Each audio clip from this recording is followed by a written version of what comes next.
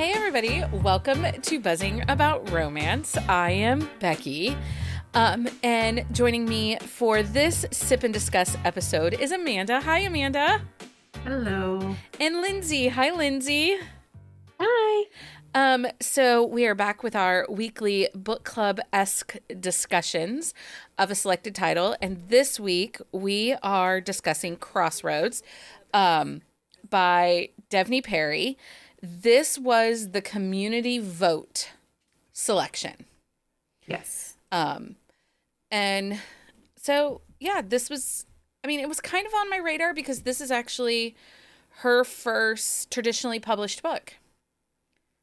With Montlake, right? Yeah, it's with I didn't Montlake. realize it was Trad Pub.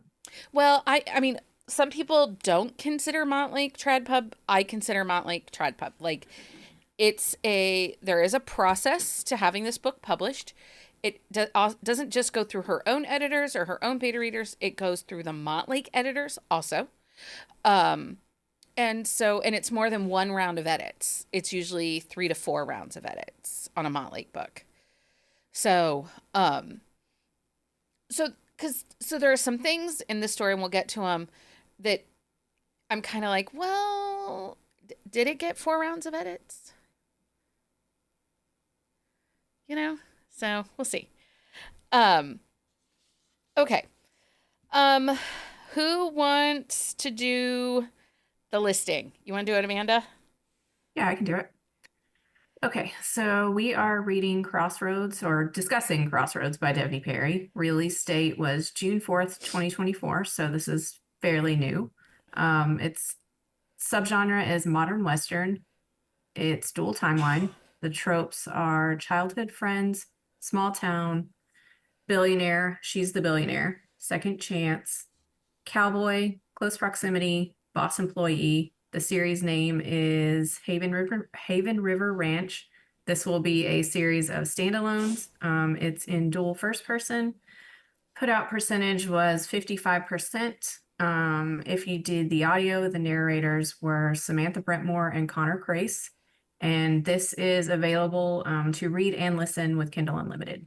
So And is it available it's available everywhere because it's Montlake, or no? Only nope, Kindle Unlimited? only on Kindle.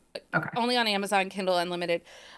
They do have paperback distribution, so potentially you could find Montlake books in retailers. You want me to list the trigger warnings? Trigger content warnings, yeah. Okay, so we also have some trigger and content warnings. Cancer, dying of a parent on the page in the past, death of a parent off page in a past chapter. Is that how we want to say it? Yeah, and then I would grief. say in a past chapter. Yeah, okay. Lots of grief. Yeah, lots of grief. I did do the audiobook because it was read listen. I actually the production quality of this audiobook was fantastic. And again, this could be just the slow start of the book. I don't know. Did anyone else feel the pacing of this book starting off was a little slow? I thought only because, and I think I realized this, like when I was thinking about my notes for this book, is I think it was just a little slow because it was like a second chance and you were getting the flashback situation, I think. I feel like if I'm going to read a second chance with flashbacks in a series, that I want it to be a couple of books in. So I kind of already know what's like, there's like a little breadcrumby situation. So you kind of know what's going on. Yeah. But it felt a little slow. She also cast a very wide net with everything that's going on. Like you get the flashbacks, like a little bit, like you get the hints of a second chance romance, but she also withholds a lot of details that like are revealed, like about why she's in Montana, what's going on, like those details get revealed later on. And I think not having those details up front, like it made it feel a little bit like, okay, I don't really know what's going on. It takes you a little bit to kind of get your bearings in the scene and the story. And then also to get a sense of the characters. So in listening to the audiobook, I really struggled with Samantha Brentmore because there are more Samantha Brentmore chapters than there are Connor Crace chapters. So it's very heavy in the female POV versus the male POV. And I ended up having to go up to 2 times to get through some of Oh, wow. Samantha's first chapters, up and until I would say around that 50%, once all the world building and the ground laying had taken place. Then I was able to slow it down a little bit. But I didn't feel necessarily that Connor's chapters, because they were so few and far between, that they needed Yeah. sped up. I honestly didn't even think about that until you said it, how heavy it was in her POV. It is, and all Well- of the past chapters are in her POV. Right, and that's what I was gonna say is like I think it feels that way because there's a lot of throwbacks. Like every other chapter, the first half of the story, almost the first half of the story is a throwback, almost every other chapter. And all of those are her point of view. So even if there were a 50-50 split of the rest, like with how many throwbacks there are being in her point of view, like you wind up getting like 75% of the book in her perspective. And I don't mind Second Chance. It is not my first pick of a trope, right? You know, Yeah. I like it more than Friends to Lovers, but I don't love it. And I think part of it is because so often in Second Chance, the author has to spend so much time giving us the backstory, particularly in a book that stands alone. We get so much of the backstory. I just want to be present. I want to be in the moment with these characters, and I absolutely rather have them show me than tell me. I felt like I would have gotten a lot more out of the story if the flashbacks had been more about their relationship from both of their perspectives. Especially because like where things fall apart in the past, it's a massive miscommunication. Yeah. And I mean, we're spoiling it, right? Like, Yeah. Oh, yeah. This is full Yeah. spoiler. so like the way, okay, I just wanted to make sure. Like basically the reason they wind up like so she's going to Montana every summer. The flashbacks jump from like each of the summer she's gone to Montana. She goes to Montana for her dad. Her and her mom have basically spent her whole life accommodating her dad because her dad has cancer and Montana is like his happy place. So every summer that she's there, like from the time she's a child, she's building a relationship with him. Like first they're play friends, and then like teenagers, they start hanging out, and then they form an attraction. And like he's, I think her first kiss, and then Second kiss, but her first, right? Or no, her first kiss and her second sexual experience, I think, right? no, he was her Or is it the first. opposite? I think it's the opposite. Okay. Anyway, they develop a physical relationship while they're there, but she's only ever there for a week. And it's very, very short periods of time. So like it's really only physical attraction and like their history that drive the relationship. And then there's the miscommunication of like him getting engaged to someone because he thinks she's never coming back to the ranch, her thinking he's engaged and getting married, and then she gets married to somebody else. And then she finds out the last summer they come there, before you skip ahead to the present, that like she's there without her husband to bury her dad, and he never got married. Like they just never kept in touch. And I think like so many of their issues were communication. And I think they addressed that in the present tense a little bit. Like their communication is really good in the present tense. But there was a massive missed opportunity with this book on the enemies to lovers front, because this could have been a really great hate to love situation because of her buying the ranch. He forgave her so quickly. So I don't disagree with that. And I think that, again, this comes down to a balance. This wasn't a very long book. No, it was only like 280 something pages, 284 pages. Yeah, so this isn't a very long book, and I do think this is on the short side for Devney.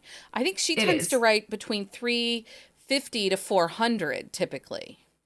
Yeah, or at least over 300. So it was a really short book, and you having to balance these flashbacks with the present story. This is one of those situations where I almost wish those flashback chapters had been a novella. Yeah. Like a prequel, if they'd done a prequel situation too, you could have incorporated that into the book. Well, just And then that would have put a pop way faster. if they had given us the novella, like, because there's so many, even if it had been a novella of his parents breaking up, like a teaser of that, but building the world and kind of setting the stage of her coming back to the ranch. Am I making sense? Like, Yeah. I know what you mean. I don't know that I necessarily needed a whole novella about it, but I just though, to didn't be need all the honest. flashbacks, though. No, and I get that. Do you I get think that that. I they think it might added? have like what? Do you think that they added to the story, or if some of those chapters had given us more conversations, even if they had been between West and his brother? So I Because he never really forgives his Opposites. dad, and we do get the prologue that's like we just kind of move around each other. Don't you feel My there should have been a hard hypothesis- conversation? My hypothesis with the flashbacks, because they don't help build the chemistry, like because of the way they're paced and they don't build the chemistry in the past tense between them. Like one of the things I struggled with the book was that they just go like from having a disagreement, like not really communicating, straight to kissing. There's no build up, there's no like chemistry build up, there's no attraction. Like it's just like it goes straight to that. And like one of the things for the flashback, like I felt like the flashback should have built emotional depth to their relationship. It should have added a lot more than it did. And instead, like for me, what it did was build her emotional attachment to the ranch itself, like why the ranch is sentimental and why she bought it in the first place, versus like it just like those flashbacks didn't dive enough into their relationship for me to get what I think it should have added. I do think that if we had started the flashbacks at age 15, 16, when she Yeah, starts but I to think notice him as a part of guy, yeah, I mean, I get that part, but I mean, I think one of the main reasons for the flashback is because of her dad. So I don't think it would have had that much as much of an emotional punch if you didn't start at the beginning, maybe for her dad. But I do agree that you could have done it like I would have been okay with this book being in parts. did you? Oh, so like we got all the Yeah. youthful stuff in the beginning and then it went to present day. Yes. Okay, so did you find this book emotionally impactful, Amanda? Because I'm I did. I curious mean, I about was that. upset at the end. I mean, I knew what was gonna. I had a feeling like that's what had happened when she kept calling him and he wasn't answering. Yeah. So I mean, I had this sinking feeling in the pit of my stomach or whatever. But yeah, I thought it was emotional at the end. I mean, I teared up. See, and I felt India, I liked the piece of her calling her dad Yeah, and her wanting to talk to him. Like as someone who's lost a parent, I get that. Like that feeling of wanting that one last one-on-one conversation with them. Like I I get that. I mean, that's a daily occurrence for me sometimes. yeah. So I liked that piece. But I found India in the present day moments to be kind of distant and flat. Like she didn't give me enough stakes to connect with her emotionally. Like I wish I had known how manipulative the ex-husband was. Because all we're getting is him like, "Okay, are you done playing around? When are you going to sign these papers?" I wanted more vulnerability from her. I think that would have helped make that dealing of grief and that emotional impact of losing a parent at the end a little more. I would have felt it more, I think. Like the emotional connection would have been better for me. I I can see didn't that. have complaints about that. I had a different opinion about it because I felt like for India, the fact like with the flashbacks, the storyline with her dad, I felt like for her, the vulnerability one, I felt like her circumstances made her a very confident person. She knew what she wanted, and she also had been shaped heavily by having this impending loss hanging over her entire childhood. and develop like her until the point of her becoming a young adult. She had this like impending loss. So I think like that kind of thing really helps you prioritize. So I felt like she had a very strong identity, and I felt like for her, the vulnerable thing was going back to the ranch. Yeah. Yeah. Well, and revisiting a past that isn't perfect. Like, she didn't leave the ranch in a perfect space. Like, she didn't get that chance to say goodbye to West and congratulations on his girlfriend or whatever the things were. He avoided her, he wasn't there, and she just kind of was like moved on. Yeah. Okay, so I don't want to talk about the flashbacks anymore. We've spent time there. Let's talk about the current situation. So, the deception in this book. And so this is kind of 2 weeks in a row that we've had a lot of deception in the book. Yeah, Indy that's is true. keeping a lot of secrets. And I think that's another way that it made it difficult to connect with her. But I also felt like West was a bit of a doormat. I almost wish that this book had only been written in her point of view. I think I agree with that. And Yeah. West was kind of disappointing for me. I liked West. I felt like he was a decent hero, but there were a lot of developmental things that fell flat with him. Like there were potential conflicts, like the situation with his parents' divorce. Like he obviously had a hard time with that, and they don't really dive into the emotional aspect of that too much. They kind of gloss over a lot of things for him, like his ex-wife or the ex-fiance, like when she comes around, they hint that like she's gonna stir high drama. She really didn't. She kind of just glossed over things. It was like a conversation and then sweep it out of the way. And it was like there were a lot of things with him from the beginning of the book. There were a lot of things with him that came up that could have been a potential conflict or could have driven like depth of character, and they just glossed over it. And it starts with her showing up and buying the ranch. Like if someone from my past came up and bought, heritage land, like I would have nothing to do with them. And he just forgave her so quickly. Like he just got over it. I will disagree with you a little bit, Lindsay, on the ex fiance and no other woman drama, because that is something that I hate in second chance romances. And I'm really Same. glad that things went the way they did with the ex husband. Like, West said, no, I'm staying. Like, I'm not leaving, and you aren't going to talk to her or me like that. Like, I appreciate that because I think it's really easy, it's really tropey in second chance romances to use the exes for the drama. But Or as a again, villain. or as a villain, and there's Yeah. not a third act breakup here.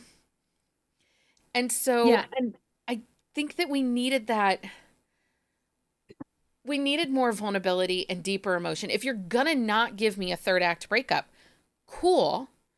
But she should have had to work a little harder to seek his forgiveness for all the deception and secret she kept. well, and that's what I'm saying. Like I agree with you 100%. I don't like the ex drama in second chance romance, but my issue is like there were all these opportunities to add depth to his storyline and they were all missed. Yeah. What were you gonna say, And Amanda? I was just gonna say, like, I think West needed more depth of character. And I think, like you said, if she had just written this from India's point of view, it probably would have made more of an impact. But I also like I don't think that she necessarily needed to work harder for him. I mean, she's been through like enough with her dad. Like, I mean, I felt like pretty like broken for her. So I think maybe like the missed opportunity was delving more into his family drama, Well, especially since we're on the ranch. we're on the ranch, and the dad never really shows up again after that first couple of Yeah. sequences. And it really would have made, like, you really would have fed into the deception, into Yeah. the drama, the stakes that we want, had he caught the fiance and his dad together. I thought that's what they were gonna say because I Same. kind of forgot that she slept with the neighbor. Yeah. Like for a second because I was like blanking on who the neighbor was, and I was like, did she sleep with his dad? And Or even if they had been plotting something to, if she had been part of the plot from the ex-husband. And so that's another piece too. You kind of get India to be this savior. Okay, so she saves the ranch, yeah, takes it so that it doesn't get wiped and developed and turned into micro ranches, which is very commonly happening right now in the Montana area. So that doesn't happen. It doesn't turn into the billionaire weekend development. But like she comes off as like being a savior, and I guess I do like imperfections.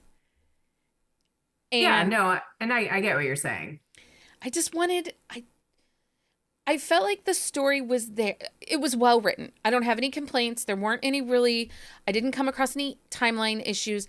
I do feel like there was some pacing issues, and I think that that would have been helped if we had gotten a little bit more of the day to day of the ranch. Like, I would have loved a moment of her going on one of the excursions, like the fishing or Yeah, something that showed us like how, because she's a city girl. She yeah. was a billionaire raised in Texas. And she's not lived on a farm or a ranch. And she just seemed to kind of, simulate like there was no issues. Yeah, I I think mean, that and they kind of kept her towards the resort end of things. Well, and I would have loved like some major blow up. I would have loved the on page blow up between her and the first front desk clerk lady. Oh yeah. Or even his grandma, like the second day she comes in and she's not at the check-in desk.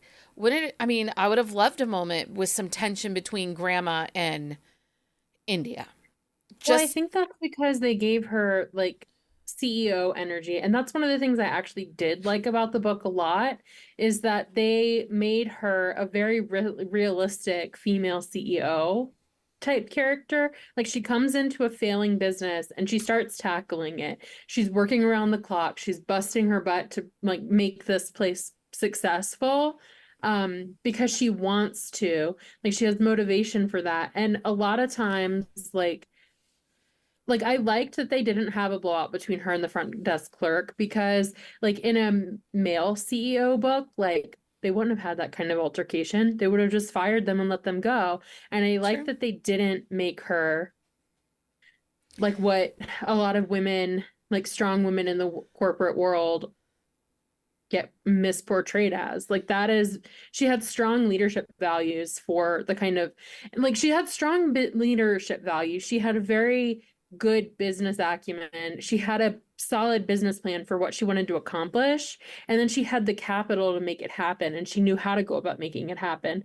And I like she goes into the thought behind like why she let her stay there. She's like, ultimately, this girl's gonna get fired. Like from day Right. one, she's like, she's getting fired. But she's like, right now, I don't have time to run the front desk. So anything she can do is better than me having to do it. So I liked how they dived into like her thought process behind that because that is like very relatable for me. The woman that I'm a was CEO, though. the woman that was the house cleaner that ends up being the head of the front desk and customer service Tara. era.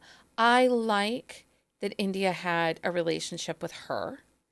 And I Hmm. wish we had seen some more conversations between the two of them. Or even like with the mother, like his mom, because Tara Yeah. is like her best friend. Right. Even like Tara talking to his mom or some other. it- that was, I think, my biggest problem with the book was like we didn't get enough into his family stuff. I And we did might in the next book. well, and we did get those moments between India and the chef, who really like Yeah. fought her on everything, and then he really like leaned into it, which I Yeah. appreciated because chefs are bitches. Temperamental. Um, so a couple comments that I'm seeing is they didn't like the flashbacks, and the deception with his dad, and don't you feel like that's still really unresolved? Yeah. Yeah. I mean, I don't, it's just, I mean, it's resolved in a way, but they just didn't deal with it. It was just like, well, he's just like, well, I'm just gonna like leave him alone and let Why wouldn't you him kick him be off the well, I guess he bought his it's part of the property. yeah to him. She gave it to all of them. Don't So he owns his place. Does the lack of dealing with dad, does that make you question how solid the HEA is, or do you think it doesn't affect it? It didn't really affect the romance of the book. I don't think it affected it. And I think that's because the way she set up the deal, like what Wes wanted from the beginning, what the conflict between them was from the beginning was that she bought his ranch and he wanted it. Well, come to find out at the end, like the contract is set up in such a way that after a year, he gets everything. Like his dad buys the ranch back and turns it over to West.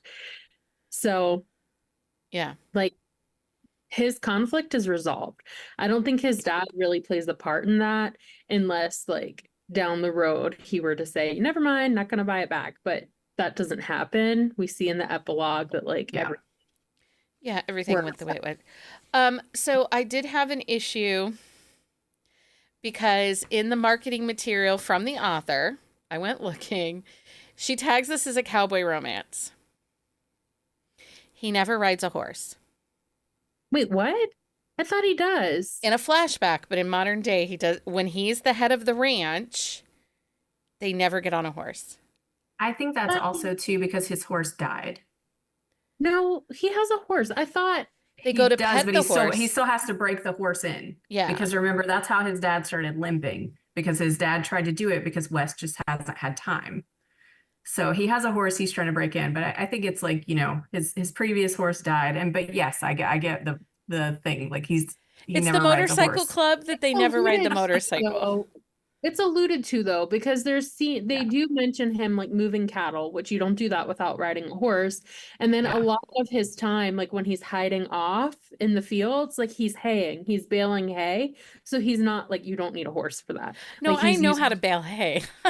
In the Midwest. Like, I think it's just like because of the season that they're showing the book in and the things that he's doing. And like I think like ultimately the way she handled his time, like handling the ranch part, like when he's baling the hay, that's a critical point for him to be like, you know what? I can't remember the last time I've been able to undisturbed like do my ranch activities.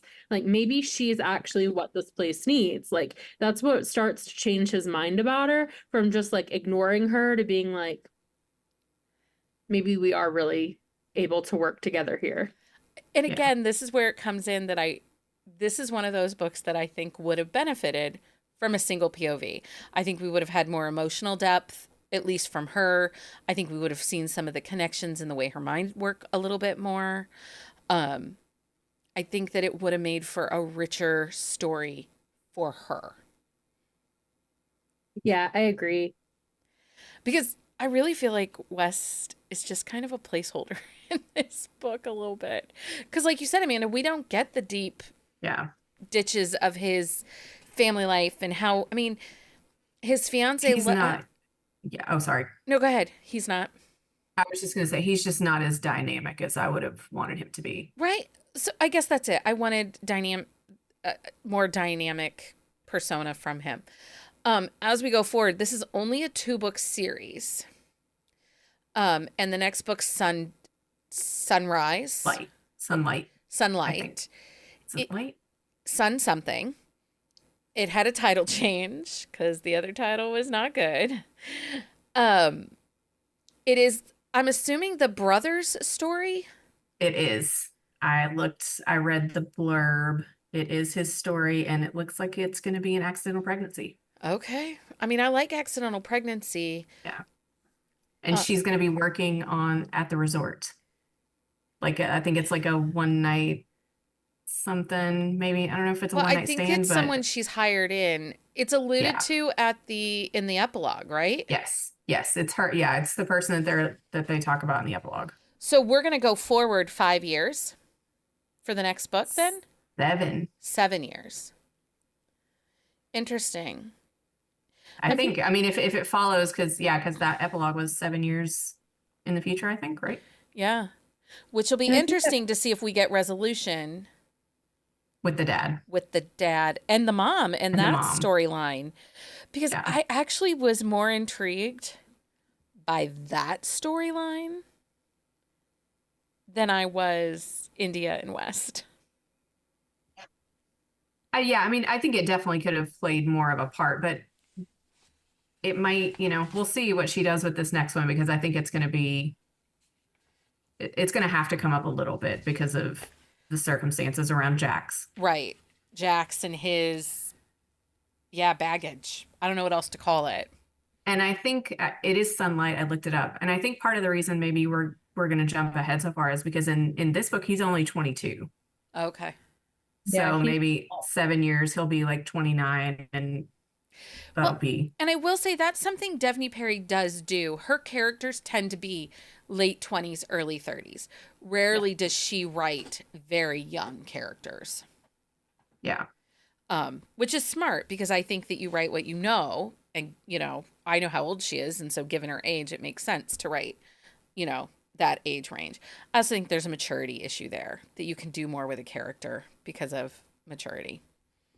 Yeah. Okay. So let's do our thumbs up, thumbs down thoughts on the book. We'll start with Lindsey. Lindsey, thumbs up, thumbs down, thumb sideways. I'm gonna say thumbs up. So overall, I actually really enjoyed the read. It's a very quick book. I think it reads kind of like an Aurora Rose Reynolds with a little bit less depth. It wasn't overly emotional. It was a very fast, easy read. I thought the Western vibes were nice. I liked the resort aspect of it. I liked India's bit of the story quite a bit. So thumbs up. Thumbs up. What about you, Amanda? Thumbs up, thumbs down, thumbs sideways? Thumbs up. I really liked it overall. Like I said, I maybe wanted a little more from West, but I enjoyed India. I had big feels by the end. So I liked it a lot. I'll read the next one, even though accidental pregnancy is like not my favorite, but I'll Yeah. read it because I want to know. Because you got to know now. I got to know now. So I'm thumb sideways. I am, I should have caveated this earlier. I'm a little jaded about this author. I disagree with this author on some of her things that she pulls. And I'm sure that is jading my reading of this book. So I'm neutral. I feel like it was a well-written story. It was 3 stars for me. But what I lacked was the depth, the stakes, the emotional engagement that I really want from a book. But the fact that it was a fast read, I think that kept it up, yeah.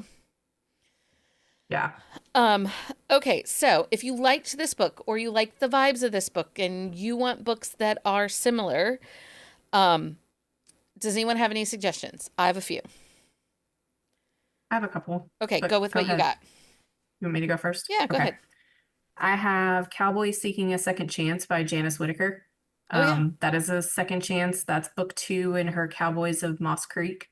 So it's May and Boone's book, and Boone he kind of broke up with May to go ride bulls in that circuit, and then he comes home to win her back, and it's that one definitely has almost like a little bit of an enemies to lovers vibe when he comes back, and I really like that one a lot. May's really good. She like goes after people with frying pans, and that one's a lot of fun. So I would say if you want something with a little more enemies to lovers vibe on a second chance, I would go with that one. I have Cover Me Up by Juliana Stone. It is part of the Bridgestones of Montana. It is a second chance. He is a rock star who left home and is home for the first time in 10 years. And it's the girl he left behind. And it's really good family drama. They have a ranch, but because it's the rock star story, we're not really getting into ranch life. There's a fun, quirky little girl in it that is his niece. And so much family drama. But Juliana Stone likes family drama, so it fits. And then Hannah Cowan, her Cherry Peak series, I would say has some of the same vibes. They're slower burns and great plus size rep, but it has that small town, fish out of water, because, India kind of does have a little bit of fish out of water moments. Yeah. And we got that with the Cherry Peak series. Lindsay, do you have any? Yeah, I do. So I was gonna recommend like basically everything Marie Johnston's wrote Yeah. in the contemporary space because they're all very much about like saving the family land. Specifically, I was gonna mention King's Country. That is where like the hero and the heroine are on adjacent farms, and the heroine is trying to save her farm, and his family is trying to basically save their family fortune from going to her.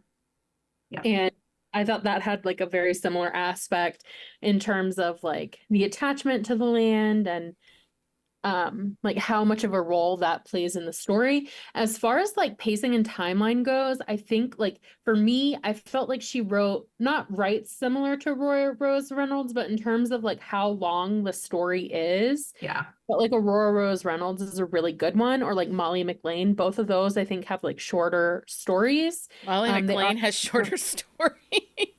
Wait, We're Made of Mm-mm. Moments was like Oh, 400. they're long. Well, that series is long. I don't know about Oh, her I other ones guess might be shorter. she has the shorter there's ones, a couple that are shorter. She has part of a that couple that are Montana shorter. series or the Wyoming Yeah. series she had. She has a couple that are shorter. Not all of them are shorter, but I think the ones that I've read are short. It's over 400 pages, I really won't read it very often. Like I can name on one hand the number of authors I'll Yep. read. It's over 400 pages. Like Kristen Proby, The Wilds of Montana, has similar vibes.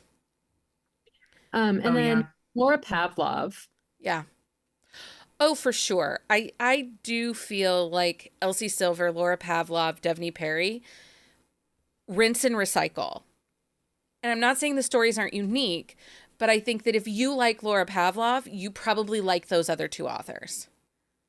Yeah, they're easy to read stories. There's not as much depth as I would like to them, but they're fast reads.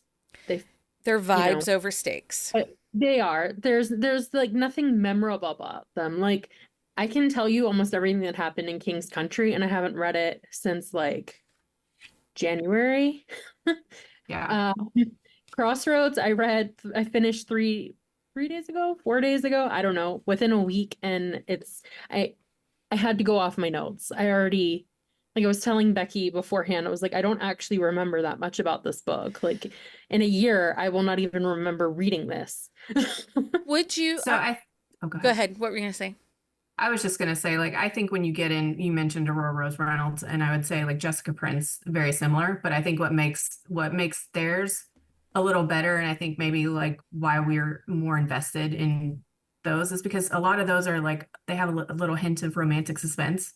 So you get a little bit of that. It gives you like something else, even if you're not getting like a full like emotional Well, situation. and I think that that's why I wouldn't say Devney Perry and A.L. Jackson.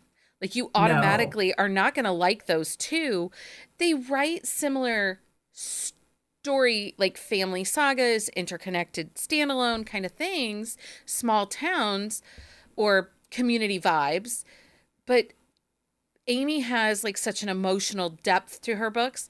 This book didn't have that. And Not she just writes very emotion. differently. Yeah.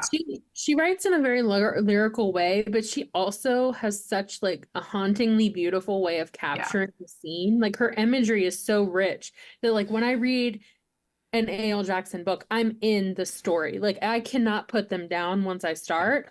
But like for this one, it was just like, oh, like there's nothing really hooking me chapter to chapter. It was like a nice book to just like Well, come to when I had a free moment. and I would say the description of the resort, I mean, like I felt the bumps in the road. Like it started out so good. I felt the bumps in the road as she was driving to the ranch, like, right? Like the way Yeah. that descriptive narrative, but then it kind of falls off a little bit. Like it comes in pieces, the Yeah. And I descriptive. think that's a problem with the flashbacks.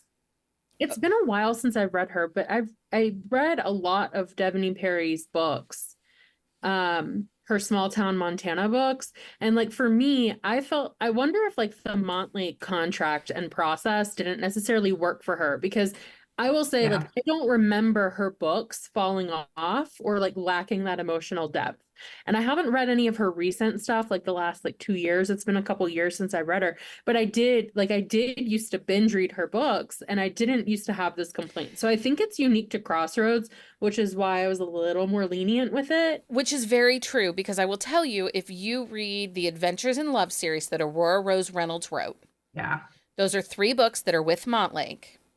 They do not feel like the same books that we're getting right now with For Never or The King of Nothing. Like, Yeah. you can tell that the editors at Montlake are very much traditional publishing editors. They are giving it a sheen and getting it short. Yeah, and because I can tell you, like, the Devney's last book in the Edens was really well done. I really enjoyed that book. It's up there with like one of my, close to one of my favorites in that series. So, I mean, and I think that was the last book before this one. Yeah. Yeah. So, Okay. So that's where we're at for that. We're going to be back on Sunday. I think it's the 3 of us back on Sunday. I think Jenny's coming. I don't know. Yeah, because Jenny's got all the racing, right? Or no? I don't know if Jenny's coming on Sunday or not. Oh, she's okay. Well, somebody's gonna have to help me because I don't have that many racing books. I went on NetGalley, Amanda. I went on NetGalley. There was a racing book over there I downloaded. Oh, Jenny will be here. Don't you worry. Do you remember like a year ago, I went through like a big F1, like for like a good week. I just read like nothing but F1. Yeah. Yeah. So I knew you and Jenny were gonna have books, but I'm like, I don't know if I have enough. I don't have a ton. One that is a romantic suspense. I'll dig up the title and send it to you because it was good. Yeah. Okay. So Jenny will be here. Okay. It'll be the 3 of us and Jenny back on Sunday with the racing edition of Buzzing About Romance. So get ready. Start your engines. I have so many puns ready. Racing puns for that episode. I think I'm going to go back to the like really descriptive opening sequence again. Just for fun. Just for fun, because I feel like we need it. And then we're back next Wednesday with our Buzzing Book Club pick, Brutal Arrangement by Laura Lynn Page. And so I want to talk about this real quick. If you would like to join our book club, because we haven't talked about book club in a minute, right? We haven't really. Once a month, we host a book club. The community picks the book. We read it, and oftentimes the author joins us. And you can find details about this on our website at bookcaseandcoffee.com/buzzingbookclub. And that'll show you what authors we have upcoming. We have an amazing lineup for the rest of 2024, and I actually just booked January's author. And she's a repeat, so I'm excited for that. But yeah, so if you would like to try book club, we always let everybody try it one time before they commit fully to our chaos, because book club can be a little much for some people. So if you would like more information about book club, send us a DM, send us an email, check out our website, let us know, and we will send you information. You can find the current list of books for our upcoming Wednesday episodes on our website.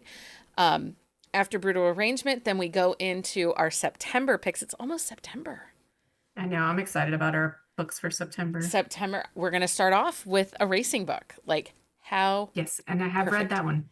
And that's the one book she has for her list on Sunday. Sorry. Anyway, don't forget to follow us on social media for upcoming events and community engagements. We have lots of stuff coming in the fall here. And then if you love this episode, if you love us, leave us a review. Those help get more people's eyes on what we're doing and the podcast. And thanks to our Patreon members who support us so that we can keep doing this each week.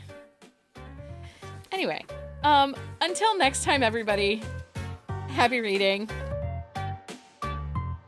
Find us on Instagram at Buzzing About Romance or on Twitter at Buzzing Romance. If you like the podcast, please leave a review. If you'd like to support us directly, join the Bookcase and Coffee Patreon and receive exclusive content only available to Patreon members. Check out bookcaseandcoffee.com for our on-the-shelf show notes.